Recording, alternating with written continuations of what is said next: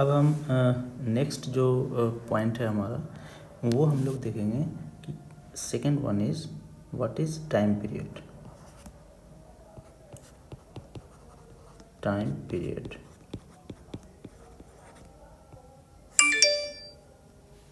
ठीक है। सबसे पहले हम डिफाइन करते हैं कि टाइम पीरियड क्या होता है। It is time taken in seconds to complete one cycle है ना of an alternating quantity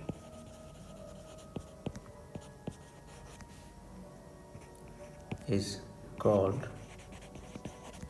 its time period, ठीक है। Generally it is denoted by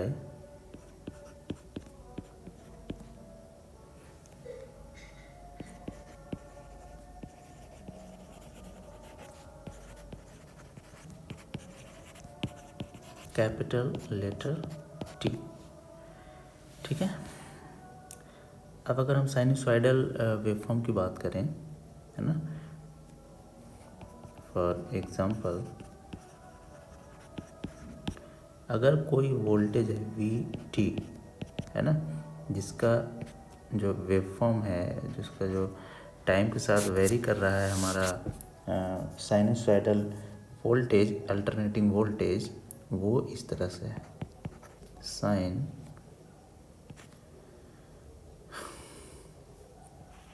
omega T, है ना। तो इस साइनसॉइडल आपका वोल्टेज का टाइम पीरियड क्या होता है? इसका टाइम पीरियड होता है 2 पाई, टाइम पीरियड ऑफ साइनसॉइडल और कोसाइनसॉइडल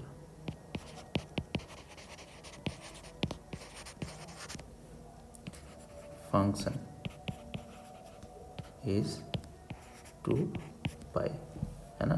तो इस केस में t इक्वल टू 2 पाई हो जाएगा, जैसा हम प्रीवियस लेक्चर में देखे थे कि किस तरह का वेव फॉर्म होगा साइनसॉइड का।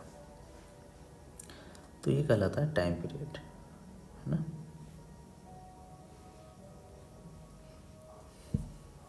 अब जैसे हमने पिछला जो वेव फॉर्म देखा था, अगर इस वेव फॉर्म के टर्म्स में अगर देखें, ये जो हम वेव फॉर्म है इसको हम पहले करके हम देख लेते हैं।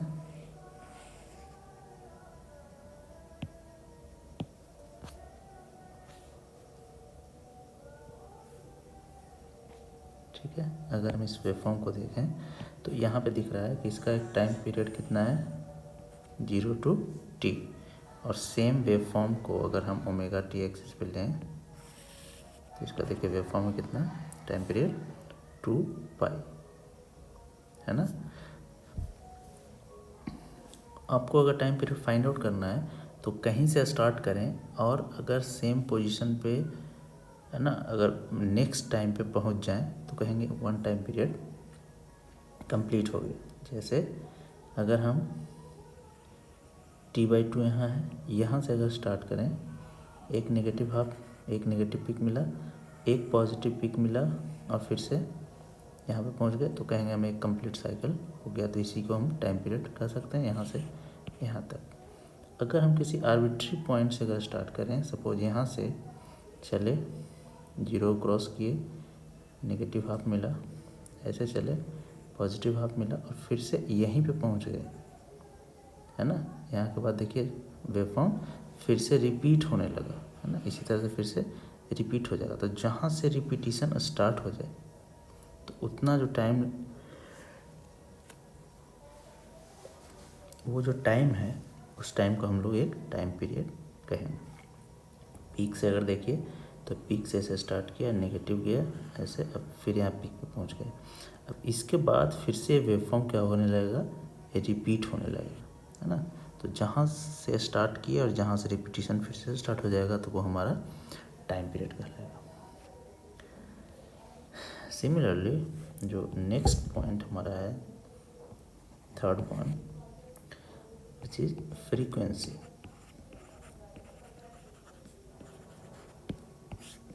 ठीक है, frequency.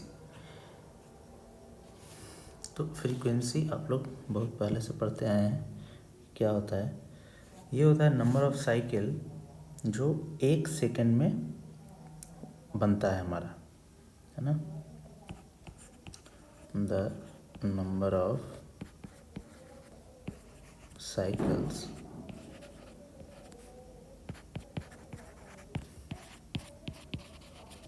that occurs in 1 second, ठीक है, is called frequency, जिस कहते हैं of the alternating quantity। जो भी क्वांटिटी है अल्टरनेटिंग नेचर का, चाहे वोल्टेज हो, करंट हो, है ना, या पावर हो, तो वो क्या कहलाएगा? उसका फ्रीक्वेंसी कहलाएगा। इसका यूनिट क्या होता है? किसमें हम लोग उसको मेजर करते हैं? It is measured in hertz, है ना। हम लोग हर्ट्ज कहते हैं इस तरह से, HZ से हम लोग लिखते हैं।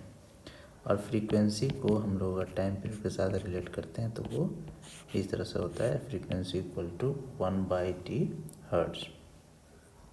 ठीक है। और इसी में अगर एंगुलर फ्रीक्वेंसी की बात हम लोग कर दें, एंगुलर फ्रीक्वेंसी की अगर बात कर दें,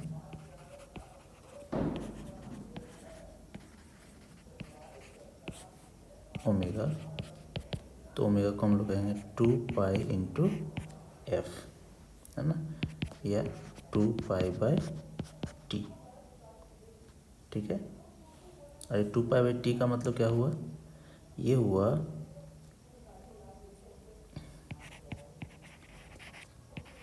एंगुलर रोटेशन, है ना, डिवाइडेड बाय टाइम टेकन। ठीक है, 2π है, 2π/T ये हो गया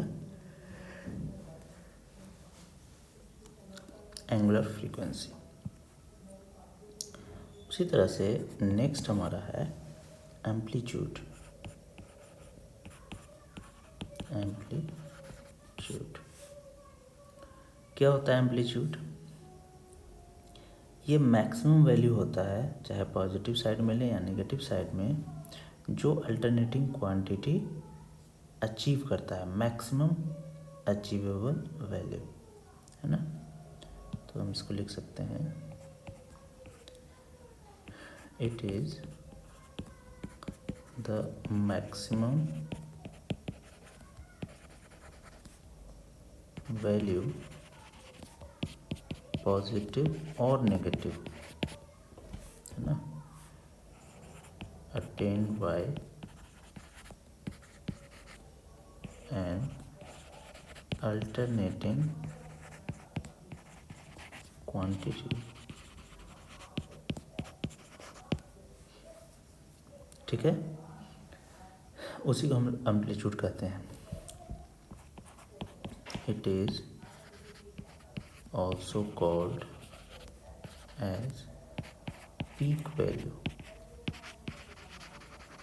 ठीक है, जैसे VM, है ना, और IM, ये सब क्या है?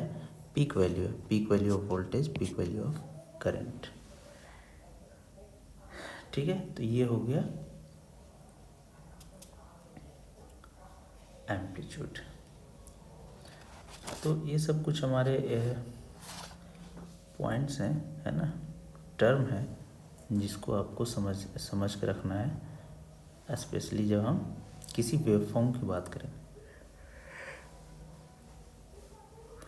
और उसमें भी खास करके alternating waveform.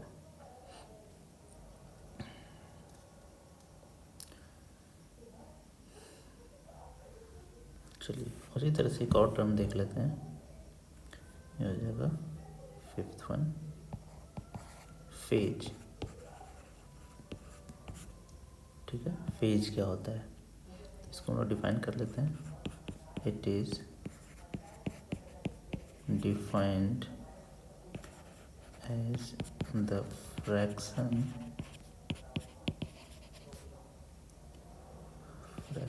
Part of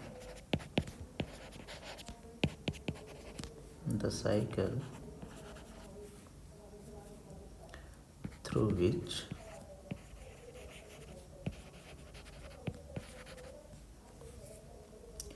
the alternating quantity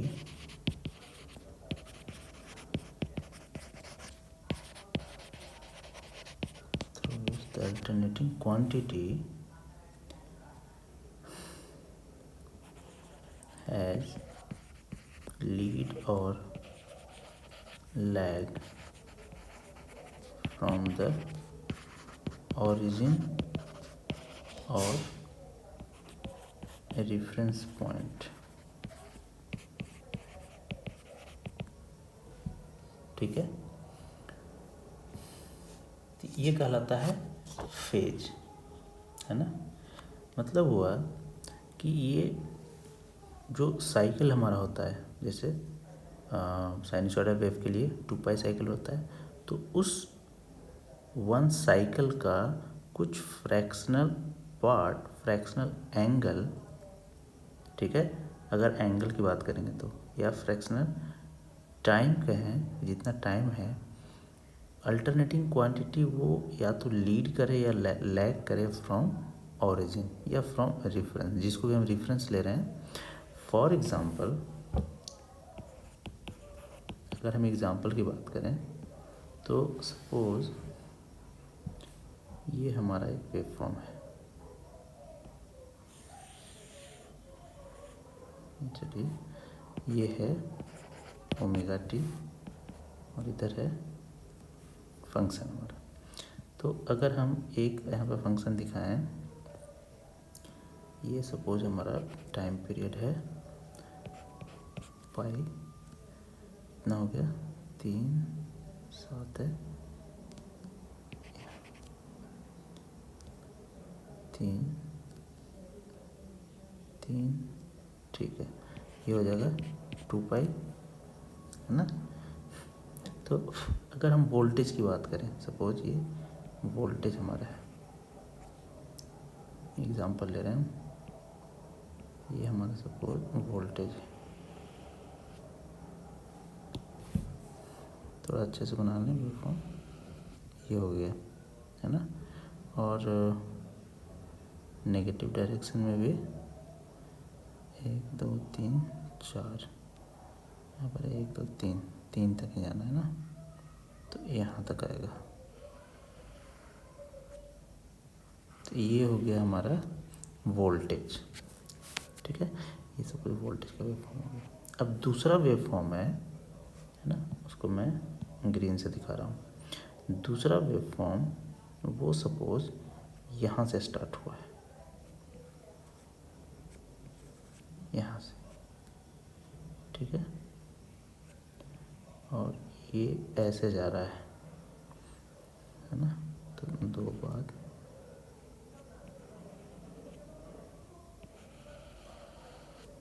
ऐसे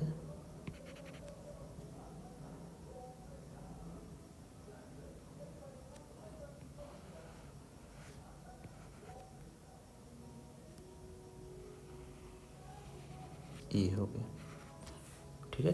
तो ग्रीन वाला सपोज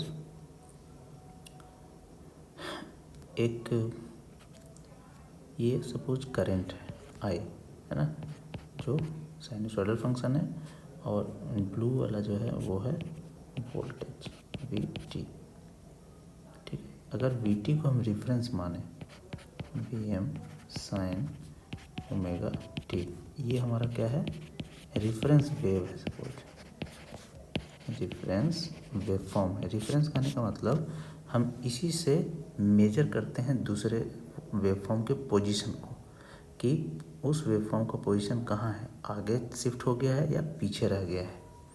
ठीक है, तो ये तो हमारा 0 डिग्री है, यहाँ पे पाई और यहाँ पे 2 पाई।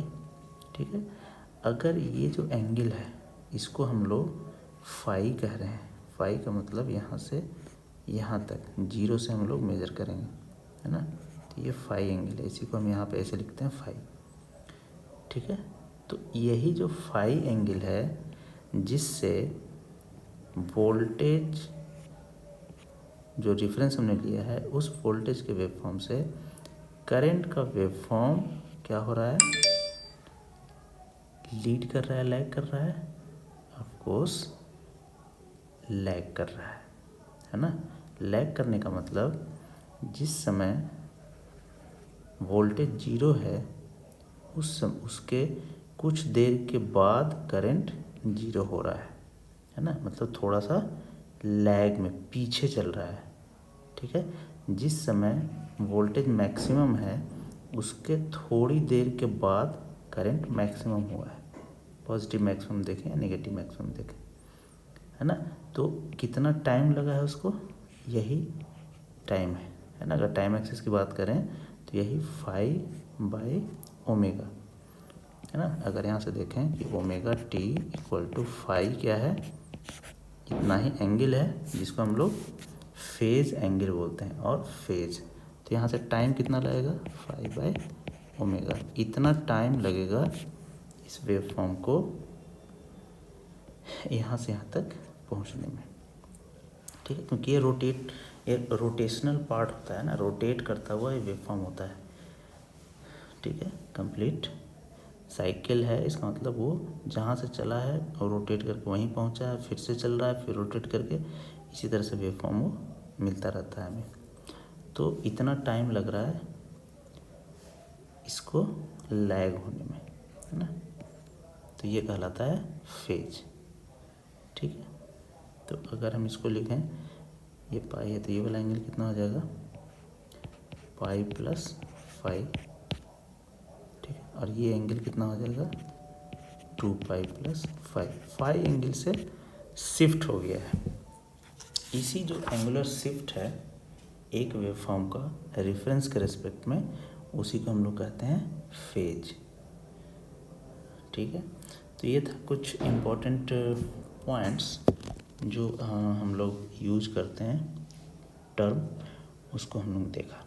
उसके बाद अगले लेक्चर में देखेंगे कुछ अल्टरनेटिंग क्वांटिटीज़ के वैल्यूज़। ठीक है, थैंक यू।